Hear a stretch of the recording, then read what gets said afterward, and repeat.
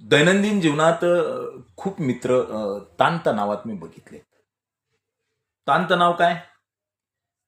तर सामाजिक अडचण. मला समाजात कसं वागणूक मिळते? मला समाजात चांगलं म्हटलं जातं की वाईट म्हटलं जातं? किंवा माझी आर्थिक परिस्थिती, या सगळ्या गोष्टींमुळे मनुष्य कायम ताणतणावात असतो.